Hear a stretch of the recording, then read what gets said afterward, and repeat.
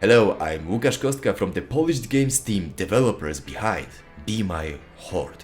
From the very beginning, we aimed to create a game that is not only driven by gameplay, but also by its characters. That's why we invested a lot of time developing the hero, or rather anti-hero, of Be My Horde, Moriana, our seductive and powerful necromancess. However, what truly made her complete was her voice. Thanks to the incredible talent of Amber Lee Connors, who voices Moriana, we were able to create the character that players both love and fear. This wouldn't have been possible without the hard work of our artists and, of course, the exceptional voice acting from Amber. You may recognize her from many other video games, and it's her dedication that made Moriana truly unique. Today, Amber found a few minutes to take us behind the scenes and share how Moriana came to life, or in her case, unlife. Enjoy! Hello Amber, thank you so much for joining me for this short interview. How are you today?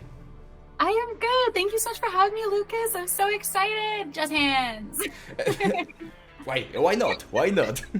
So I have a few questions to you just to present how you together with us approach the bringing Moriana to life. And the first question is the one I really wanted to personally ask you. Really, it is, and be honest with me, please. What was your first thought when the unknown indie studio approached you with the role of a seductive necromancess in an unannounced little game? Oh, well, let me tell you, I was so excited because, one, I love video games, always happy to be involved. Two, I love to voice Dommy mommies, and she is such a Dommy mommy. And three, real talk, who doesn't want to be a necromancer? Yeah, so I was excited. So it was like you saw the role, it was like, yeah, I will feel her, I will be here and be her. Oh yeah, no, it was so awesome. I was like, oh man, she's so cool. Cause I auditioned for you guys, of course. I was really, really happy that I ended up booking her. Cause I'm like, she looks so, again, I've told you before, the artist has done such an amazing job. I love her design. And I remember the first recording session we did, we joined you on it with me, the game designer, game director, because we wanted to kind of direct you, give you some notes. And after a few minutes, we noticed that hey, she doesn't need us. She's doing such a great job. We are just bothering her, and that's why we never joined any recording session. Well, not because we don't like you, because we love you, but because you just don't need us. So that's and here comes my next question.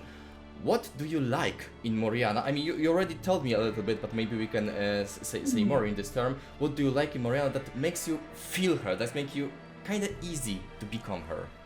Yeah, I mean, well, the girl's got a lot going on in general that I like, but one of the things I really enjoy about her is how ambitious she is. You know, she wants to rule everything. I'm a very ambitious person, very goal-oriented, maybe not to ruling everything, but I get it. And I can be a little bit of if I'm working on something, I could be a little bit of a control freak, which is I want to be able to do all the stuff myself. And I think she's also the same way. So we have that in common. So that's why it was quite easy for you to become Moriana, but what was the most difficult part of becoming her?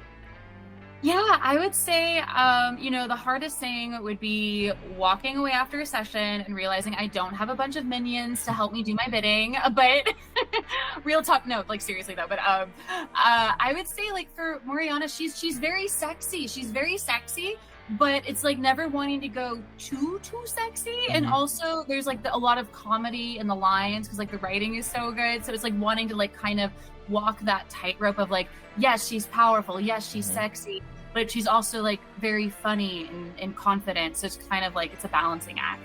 Yes, finding this balance, because we want her to be sexy, alluring, but we don't want her to be, let me say, vulgar. Maybe that's the thing with her, yeah? Yeah, exactly. She's very classy sexy. She's very classy sexy.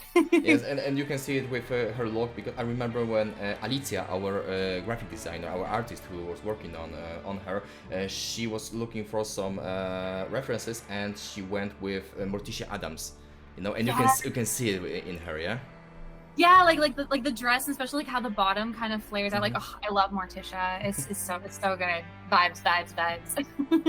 we are currently in Polish games. We are working on developing a bigger story for Be My Horde, because in future updates we want to add more dialogues, more background to Moriana. Maybe not tell everything about her, but give more people to know about Moriana. And even you, still don't know what we are planning right now. So it's a perfect opportunity to ask you, in what direction would you like Moriana to go in the future? I mean, what aspects of her personality would you like to explore? Yeah, I mean, obviously we love bloodshed in this house, so More bloodshed. Okay, noted. yeah, I think it might be like some torture might be fun, but like what I would really love to see, and like obviously you guys are such a wonderful team, like whatever you come up with, I'm sure will be amazing. But I would love for Moriana to have like a really weird hobby, like something you just would never expect that she would do, but she like totally vibes with. Like maybe something weird, like carving little animal figurines from like avocado pits, like something just very, very weird and random. Yeah, really weird, like something you'd never expect. That's my 2 cents. I think you gave me just the perfect idea for Moriana in the future, really.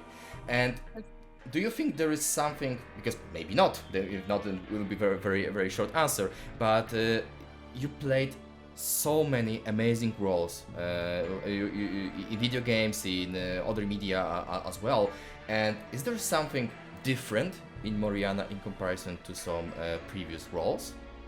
Yeah, I would say like it's really fun because I've played like a lot of like dominant female characters or ones who have like a lot of sex appeal, but she like actually has like minions, like we're talking like real little minions, and she will just tell them to do like, you're gonna do this or you're gonna die, and I don't care, that's it. And it's just like, it's something like really fun about how self-serving she is in that way that I haven't really gotten to like explore across other characters. I think that's really cool. Okay, understand.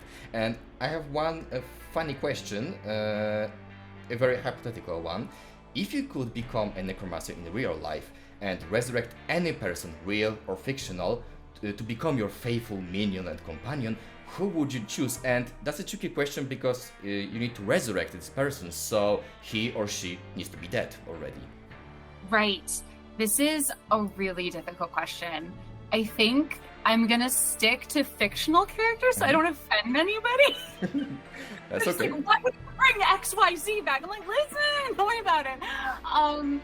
But okay, somebody who dies. So spoiler alert. Spoiler alert. Well, I don't think this is a spoiler for. I mean, I hope it's not a spoiler for anybody. But if I could bring back anybody who, like, does eventually die, it would be Aragorn from Lord of the Rings. Oh, okay. Because he does die at some point. He eventually dies. And like, yeah, I feel like that's kind of like really mean to like Arwen, who died shortly after. Just be like, I'm just gonna like bring your husband back as a little skeleton minion. But my reasons for this is because one, Aragorn is like such a badass. Like he's so strong, so smart, and he's intensely loyal. Like he's so loyal. Yeah, he's one of my favorite characters. So I think it'd have to be Aragorn. Yeah, you wouldn't even have to, force him to be your minion. He's such a loyal guy, so he'll just go with you into the fire. Exactly. He's like, I'm here anyway. Like, let's do it. Actually, you found a little hole in my question because maybe it's going to be very dark, but you said everybody dies, so.